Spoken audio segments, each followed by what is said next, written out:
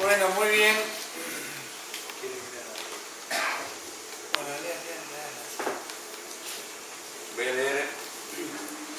Les voy a leer un mensaje de adhesión a la presentación del libro Cámaras Empresarias en la CGE. La senadora nacional por la provincia de Tucumán, doctora Malvina Seguí, hace llegar sus disculpas por no poder estar presentes en la CGE por razones de fuerza mayor, de índole profesional. En esta oportunidad, como sí pudo hacerlo en el Senado de la Nación, lo cual constituyó un alto honor como coautora del libro y presidenta de la Comisión Investigadora de las Entidades Financieras del Senado. Integrar el panel en la presentación de la obra colectiva El Corralito, historia de una colosal estafa al pueblo argentino, el 9 de septiembre del 2011, y la obra también colectiva titulada Tarifas Públicas, en homenaje al doctor Alberto Viagoy, en el año 2009. Asimismo felicita al autor, doctor Facundo Viagoy, por esta nueva obra que denota su enjundia y elevada importancia jurídica por tratarse de la primera obra en la historia del derecho argentino que analiza el tema de las cámaras empresarias. Muy bien, muchas gracias. Y bueno, ustedes entonces, el doctor Facundo Viagoy. Bueno, muy grato el gusto de encontrarme con todos ustedes, queridos amigos. Acá tenemos compañeros de la presidencia, nada más y nada menos que los distinguidos compañeros de la resistencia peronista, para quienes pido un aplauso muy especial.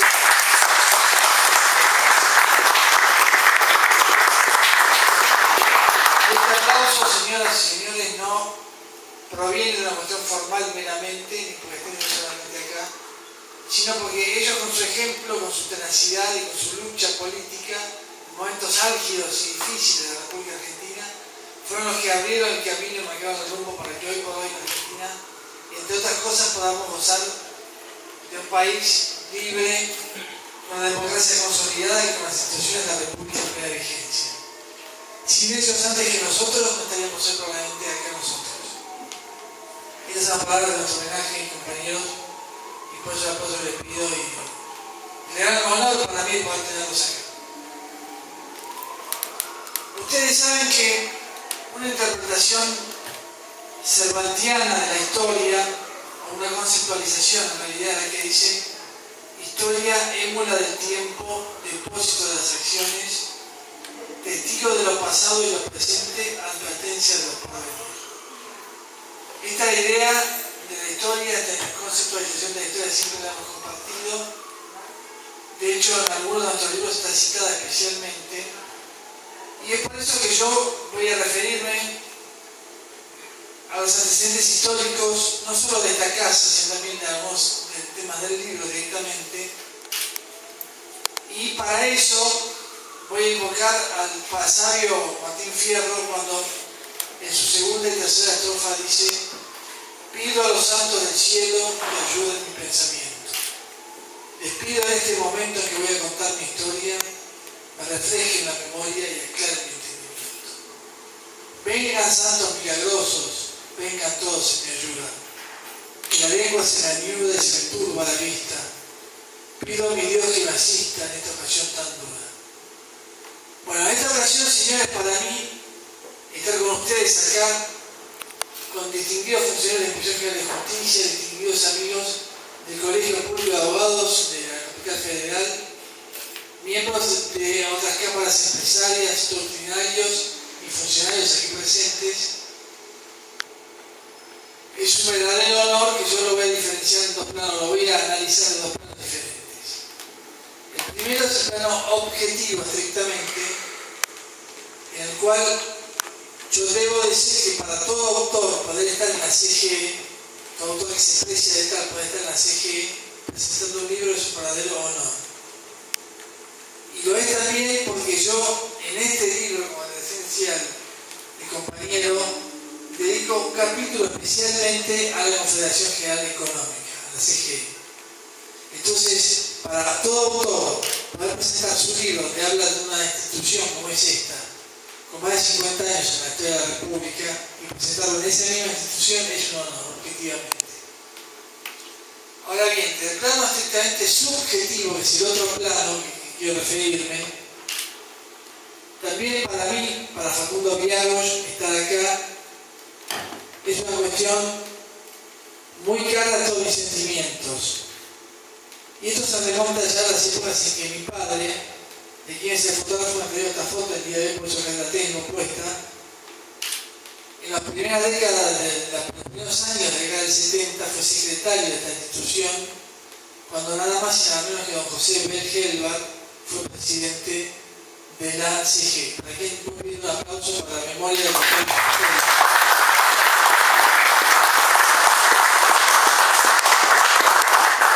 Cuando hablo de José Bergelbar, tengo que recordar algunas cosas que no las quiero dejar pasar, que son: mi padre, yo recuerdo, recordás Alberto, cuando hablaba de Gelbar, se refería a su entrañable amigo, don José Gelbar.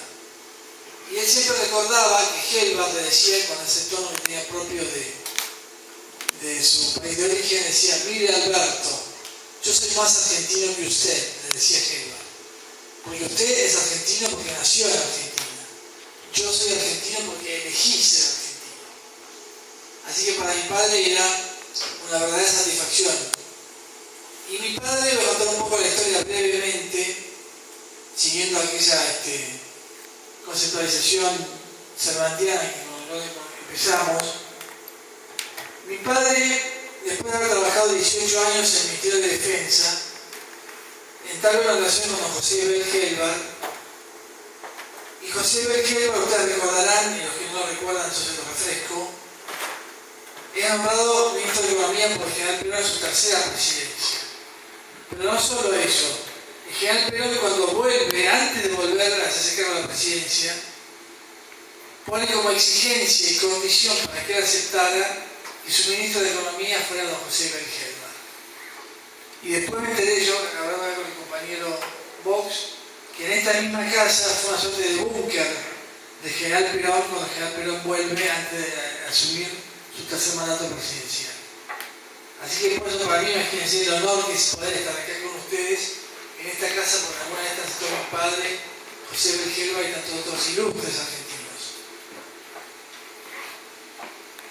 Bueno, siguiendo con el relato histórico, cuando mi padre entabla relación con José Bergelbar, empiezan a idear y a proyectar lo que se llamó la ley de la Corporación de Empresas Nacionales. Que acá sí me voy a tener un momento muy importante, porque si comentábamos algo al inicio del acto. Mi padre y José Bergelbar elaboran el proyecto de ley que es aprobado por el Congreso de la Nación en el año 73, que era la ley de creación de la Corporación de Empresas Nacionales. Esta corporación, que dependía del ministro de Economía, de José Bergelbar, era la entidad que administraba a Aerolíneas Argentinas, a ELMA, a Ferrocarriles Argentinos, a todas las energéticas y todas las empresas a las cuales el Estado argentino era accionista o titular de un porcentaje de acciones o de paquete accionario. Esto usted lo puede ver, lo puede googlear, el correo en la computadora, pero algo que nadie sabe y que yo tengo la obligación moral de decirlo acá, es que esto fue el holding empresarial número 15 del mundo.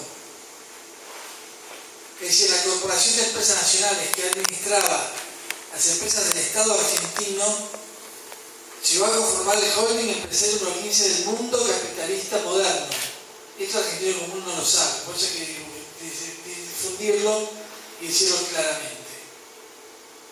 Y mi padre, con 38 años, fue designado en diciembre del 73 por el general Perón, un decreto que lo tengo en el estudio, lo conservo con mucho orgullo, director ejecutivo de la Corporación de Empresas Nacionales. Así es que don José Bergelbar y Alberto Viagos, mi padre, fueron determinantes en la historia contemporánea argentina para que la Argentina ocupara el lugar número 15 en el mundo económico, y esto es muy importante decirlo.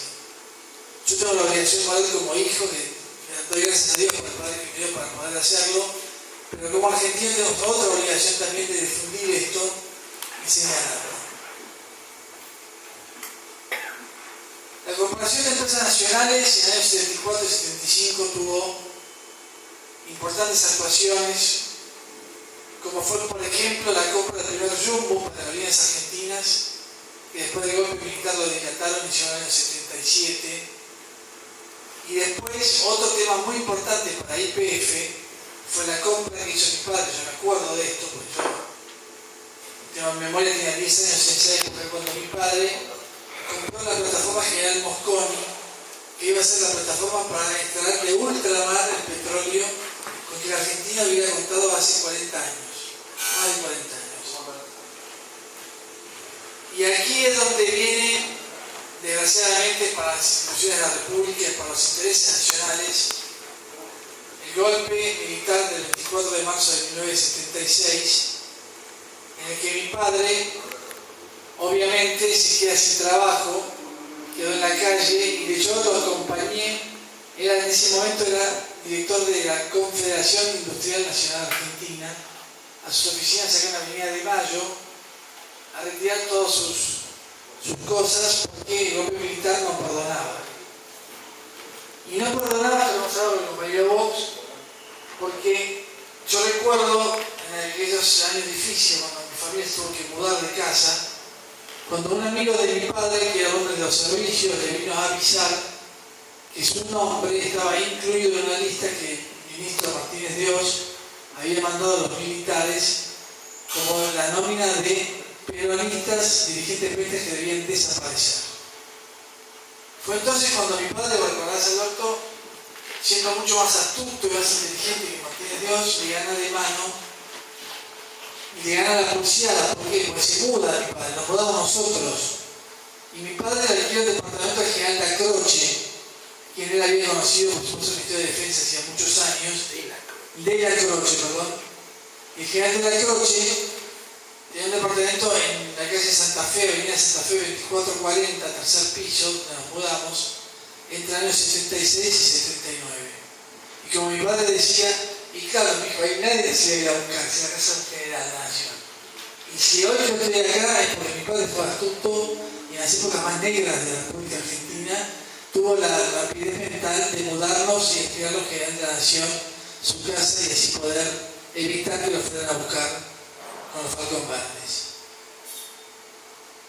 Pero no quedó ahí el enfrentamiento ideológico político con Martínez Dios por un lado y del otro lado mi padre y mi querido González Arzac, Alberto González Arzac, porque en el año 79 mi padre junto a otro grupo de empresarios argentinos nacionales formaron lo que se llamó el Foro de la Empresa Nacional.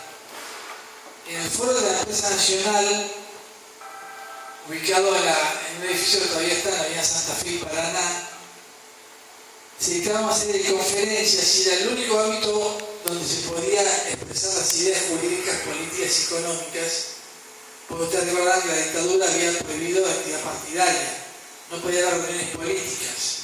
Y en ese tipo de reuniones, mi padre, entre otros tantos ilustres argentinos, consiguieron ser el único centro de investigación científica y académica contrario a la política económica que estaba implementando Martínez Dios. Mientras desaparecían los opositores, por supuesto. Yo en ese año de 1979, en una mesa como esta, se sentaban ilustres pensadores como Aldo Ferrer, como Julio Llanarte, como Augusto Conte McDonnell, como Humberto Volando, y tantos hombres políticos de esa época, como Italo Luder, por ejemplo, Ángel Federico Robledo, incluso radicales como Antonio Trócoli o Juan Carlos Pugliese, que yo conocía a todos ellos, porque yo era el encargado de grabar, con el pasacassette de aquella época, yo grababa las conferencias que ellos daban, me iba para atrás del escritorio, cuando se terminaba el cassette, volvía y daba vuelta al cassette. Y ahí conocí a todos estos ilustres pensadores y políticos argentinos. Esa fue la segunda gran victoria de mi padre sobre Martínez Dios, porque Martínez Dios nunca imaginó que al estar prohibidos los partidos y reuniones políticas, un grupo de empresarios y pensadores iba a ser este centro de pensamiento y de pensamiento contrario a la política neoliberal que destruyó la industria nacional argentina. Y tanto fue esto así que muchos años después, cuando se establece la democracia en Argentina, las todavía conferencias de Aldo Ferrer, Conte McDonnell, el griego Trócoli, Humberto Volando, Julio Llanarte, nada menos, fueron desgrabadas de los cassettes que yo había grabado y distribuidas entre radicales y peronistas cuando se estaba restableciendo la democracia en la Argentina para ver cuál era la política contraria, cuál debía ser la política contraria a la implementada por Martínez Dios. fue así, lo remarco porque Martínez de Oz fue el encargado de influenciar sobre la Junta Militar que se había arrogado ilegalmente facultades legislativas en la dictadura para derogar la ley de creación de corporación de empresas nacionales. Y así fue como esta corporación se perdió. Después, en la etapa del menemismo, la segunda década infame por la que vivimos a atravesar los argentinos, con las privatizaciones que se hicieron, fue el golpe de gracia final que se le dio a la empresa pública argentina. Y ahí no es menor la participación que tuvo Alberto González Azac como inspector general de justicia. Puedo recordar, Silvia, perfectamente cuando Alberto, habiendo sido designado inspector general de justicia por el presidente Menem en el año 89, en el año 90 ingreso yo en inspector general de justicia, él me lleva contratado de inspector general de justicia, y al día siguiente renuncia. ¿Vos te acordás, Rodolfo Saavedra, otro distinguido funcionario de IGJ? Cuando renuncia Alberto González Azac, se viene a despedir de todos los inspectores, yo lo saludo, lo abrazo y le digo, bueno, Alberto, yo me voy ahora entonces, porque yo no tengo nada que hacer. Si vos te vas, mi viejo, que era asesor ad honorem del inspector general de justicia, se va, y Felipe González Azac, el hermano de Alberto, el otro asesor ad honorem, yo me voy. Y Alberto me dijo, no, Facundo, vos quedate porque tenés una carrera todavía para desarrollar acá en IGJ. Pero bueno, ¿por qué es importante esto? Esta es la anécdota, pero lo importante fue que Alberto González Azac se opuso a una gran estafa, a la mayor estafa producida en la República Argentina después de la década infame, que fue la venta de Entel. Y voy a decir brevemente por qué, porque esto estaba en el dictamen que Alberto elaboró y en la renuncia que le transmitió después al ministro César Arias, ministro de Justicia. Entonces, hecho que yo recuerdo perfectamente, porque yo estaba con mi padre y con Alberto a diario, recuerdo perfectamente cuando César Arias, siendo ministro de Justicia, le va a decir a Menem que el doctor González Azac, como inspector de justicia, no iba a firmar la resolución autorizando la privatización de Entel. Entonces, Menem le dijo a César Arias, no, si el gordo te ha dicho que no va a firmar, el gordo no va a firmar. Porque el gordo, este gran patriota querido mío que tenemos acá, había salvado la vida a Menem, había presentado varias habeas corpus durante la dictadura, como 200 habeas corpus había firmado él con otros ilustres argentinos, entre ellos el mismísimo Alfonsín, Luder, Robledo y demás, para quienes yo pido un aplauso porque esto es muy importante.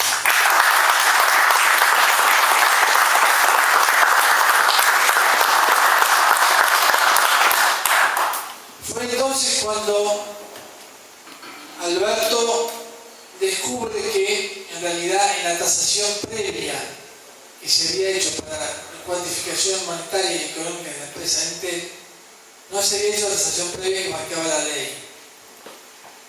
Con lo cual lo que se había hecho era actualizar un balance presentado ante la CIGEP en el año 87, se lo había actualizado, pero en la actualización al año 88 no estaban introducidos ni contemplados todos los bienes intangibles y todos los otros bienes que había adquirido la empresa.